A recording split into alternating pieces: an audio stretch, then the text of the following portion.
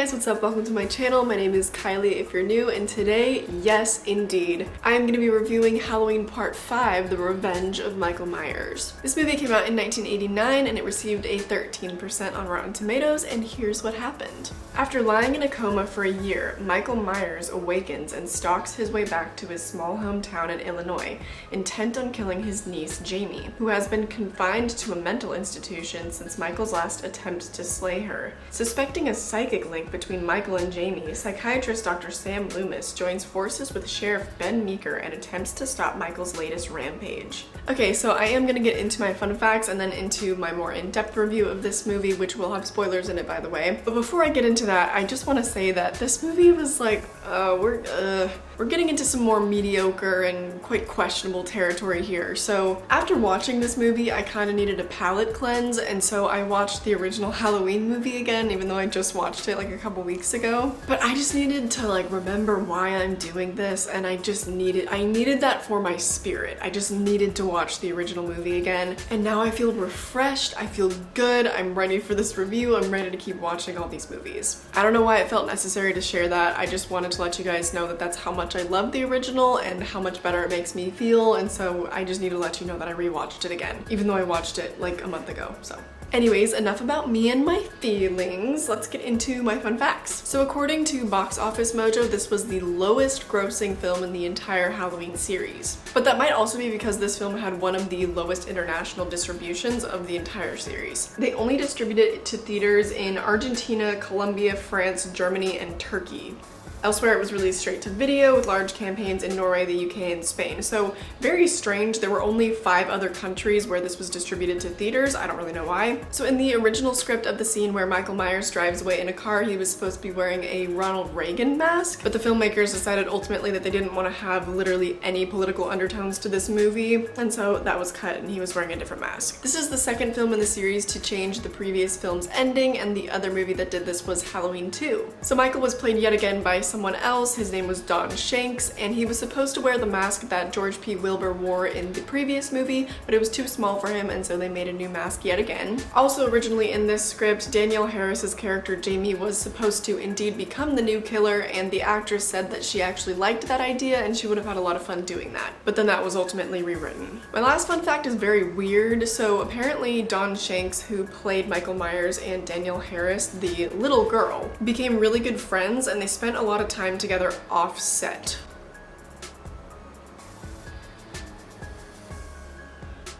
I don't want to assume anything. I don't want to draw any weird conclusions, but that's weird to me because what? What do you mean a fully grown man and a young girl still in elementary school became close friends and hung out together off set? Like, what kind of a grown man has a little girl as one of his closest friends? Okay. Anyways, that was my last fun fact. Let me just start breaking down some of the stuff that happened in the movie. So the way that they changed the ending of the other film, it kind of doesn't make a whole lot of sense to me, because they know, and Dr. Sam Loomis especially knows, that when you shoot Michael, that doesn't kill him. And from what was shown on screen, like, they probably searched for his body. I'm assuming they did, but they didn't show any of that on screen, and I'm like, wouldn't they though? Like, wouldn't they make sure he was dead? Or were they just gonna leave his body there? They weren't gonna bury him. They didn't try to find his body. I don't know. On that note, in the beginning, he kind of escapes into a river or a creek, and he's just kind of cascading down this river, and he's kind of flailing. He just looks kind of clumsy. It's weird. It took a lot away from Michael for me. It just made his mortality seem more apparent because he seemed more weak, you know? Obviously he made a full recovery and he came back murdering better than ever, but that was just a little bit weird to me. A nice touch I thought was the way that they kind of copied the very first kill from the very first movie with the murder of Jamie's stepmom, because that's shot through Jamie's perspective looking through a mask, and she comes into the room, her stepmom looks up, etc., and then she kills her, and the entire POV of the whole scene takes place through the mask. So that's just just like the first kill in the first Halloween movie. So kind of paying homage, kind of cool. Okay, it's time to get a little bit angry. I'm gonna talk about the relationship between Jamie and Rachel, because Rachel is a character that I really liked. She was a very prominent character in the film before this one, in part 4. So it really pissed me off that during rewrites, Tina's and Rachel's roles got reversed. So Tina got the role that Rachel was supposed to have in the film, essentially, and Rachel got killed off super early. And that pissed me off because Rachel was a star. She was the star of part 4, You Cannot Change My Mind, and to kill her off so early, like, that's not what she deserved. Her character brought a lot to the table, and the dynamic between her and Jamie is what made the previous movie so interesting to me, because generally a lot of slashers don't really have strong characters, especially not strong female characters, and she was one. And then she was murdered so early on in this movie. I was mad. I'll kind of circle back to that when I talk about the ending, but I want to talk about Michael a little bit because, again, I wasn't overwhelmed. I was a bit underwhelmed, quite frankly. It's basically just like what I was talking about with part 4. There was nothing special about his performance. It was nothing really to talk about, I guess. But again, I want to bring up the mask because from some angles, it looked so goofy. Like, it's not Don Shank's fault, but Michael just looked kind of goofy in this movie because of the things that he went through and because of his mask, honestly. But the worst part about Michael in this movie is the fact that we see his face for a moment.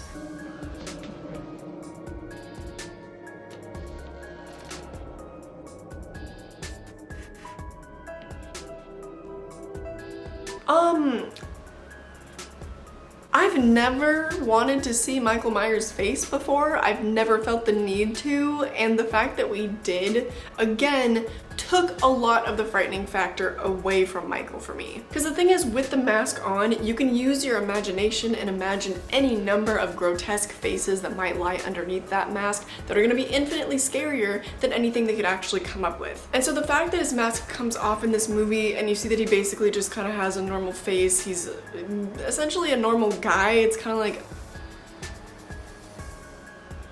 okay then. It's pretty underwhelming to me. I'm just one of those people that prefers when things are left up to the imagination, so please let me know what you thought of that, because I don't want to be alone in thinking that I don't want to see Michael's face. Literally in my notes, God, my notes just have some of my most raw and unfiltered thoughts.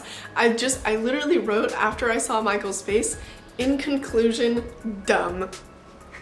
I do agree with past Kylie though, I agree. Okay, I haven't really talked about Loomis in any of my prior videos before, but I'm finally gonna talk about him today because your girl was annoyed. So progressively as the movies go on, Dr. Sam Loomis becomes more and more crazy, unhinged, if you will. I definitely understand this character development because he's been fighting with this raging lunatic for so many years of his life now. He's killed so many people. Loomis has been through really traumatic stuff with him. He's suffered the same explosion and fire as Michael. He's tried to kill him multiple times. He's shot him. He's just this indestructible, unexplainable human being that Dr. Sam Loomis has become obsessed with. So I understand his character development. However, I don't like it because it's annoying. If I were to write the character of Dr. Sam Loomis, I would have made him a lot more tactful, like someone who learns from the patterns of Michael and doesn't externalize it and become super manic and project that onto everyone around him and try to get everyone else riled up. I would write him to be a lot more reserved, a lot more tactful and more intelligent, and like coming up with very level-headed and good plans to take Michael down. Like, I wouldn't just constantly be going on this wild goose chase, you feel me? So if I were to write Loomis, he would not be this annoying man that screams in little girls' faces or holds them up as bait to lure a killer closer to him. You want her! Here she is! And just scream and yell at people in general. It's too much. It's too much. I'm tired of it. Because this repetitive behavior from a character, it just gets tired. Learn from your mistakes. Learn that when you scream at people and act all crazy, that they're not gonna believe you.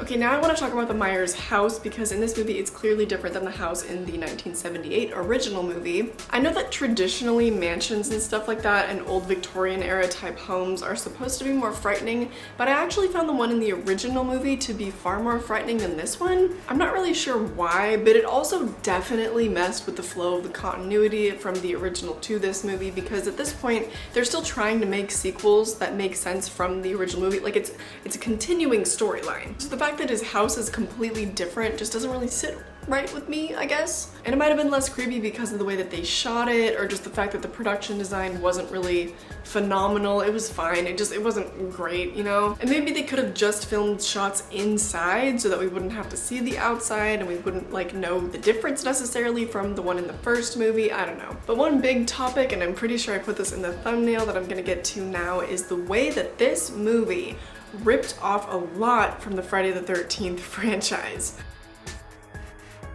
Arguably, I would say that the original Friday the 13th ripped off Halloween. We can fight about that if you want to, but this particular movie, Halloween Part 5, definitely ripped off a lot from the Friday the 13th franchise. And I have quite a few arguments as to why I believe this, so let's get into that. So this first comparison I'm gonna make is a little bit more nuanced. It's not really super direct, but it's just the fact that the character of Jamie is a lot like the character of Tommy Jarvis. So they were both about the same age in their first appearance. They both didn't really talk at all in one of the movies. In Friday Part 5, Tommy Jarvis had hardly any lines, and in this movie she was essentially mute for quite a bit of the movie, which that was weird. I don't want to get into that. I don't really understand that, but whatever. And then at the end of that movie, we see Tommy holding a knife, essentially becoming the new killer, and in Part 4, that's exactly what happened to Jamie. So they had a very, very similar character development. But wait, there's more. In Friday the 13th Part 2, I think the character's name is Shannon or something, but she's killed off screen, and then at the end of the movie, her body just randomly shows up in Jason's lair because he apparently has this lair. And basically the same thing happened to Rachel in Part 5 of Halloween, because she was killed super early on in the movie, and then for a long time I was like, did he just stab her? Is she actually dead? They haven't brought this back up again. Like, where's Rachel? And then in the end of the movie, there her body was in his lair. A lot like Jason's lair. And then finally, there's a moment when Dr. Sam Loomis is face to face with Michael and he tries to talk him down. And it reminded me so much again of Friday the 13th Part 2 when Ginny was trying to talk down Jason and like use his family kind of against him to mess with his mind and whatever and confuse him. And that's kind of exactly what Loomis was doing as well. Because he was like, remember when you were good or whatever. I don't know. So that was weird to me. There was kind of a lot of a lack of originality in this movie, and it was very offbeat. It was the first one that I felt like almost didn't really fit within this series, obviously, aside from Halloween 3, because that literally does not belong in the series. But this was the first one that tonally and plot-wise, things kind of just didn't make a ton of sense within the Halloween universe, and so, I don't know. Let me know your thoughts on that as well. Obviously, let me know your thoughts on if you think that they kind of copied Friday the 13th a little bit. I'm sure that a lot of slashers at the time were definitely borrowing inspiration from each other. I'm sure I'm not saying anything too new or crazy. But at the end of the day, like I mentioned earlier, that I had to like rewatch the original movie because I needed a palate cleanse.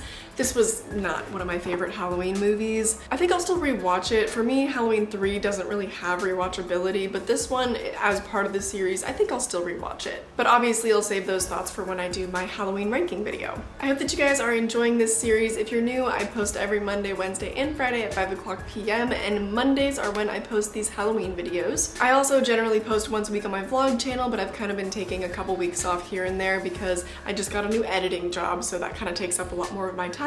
But don't worry, I'll still be making content over there, and obviously I'm still posting 3 days a week on here. I won't stop doing that. You can also follow me on social media. Like, I'll post whatever horror movie I'm watching that day. I most recently watched Suspiria and then obviously Halloween. So I keep you guys up to date on there, and that way you can know what I'm watching, and then maybe you can watch those movies too, just in case I do a review of it. And then you can follow me on Twitter as well. That's just a lot of social justice warrior type stuff, but go crazy, have fun, say hi if you want to. Definitely check out the GoFundMes linked down below. One of my friends really wants to get his top surgery, and I really want to help him accomplish that goal, but he's having trouble saving up for himself because, as we know, healthcare in this country is very expensive. Check out all the petitions and stuff down below. There's some good environmental campaigns that you can donate to that are tax deductible, which we love. I hope that you enjoyed this video, and I hope I catch you in the next one. Bye!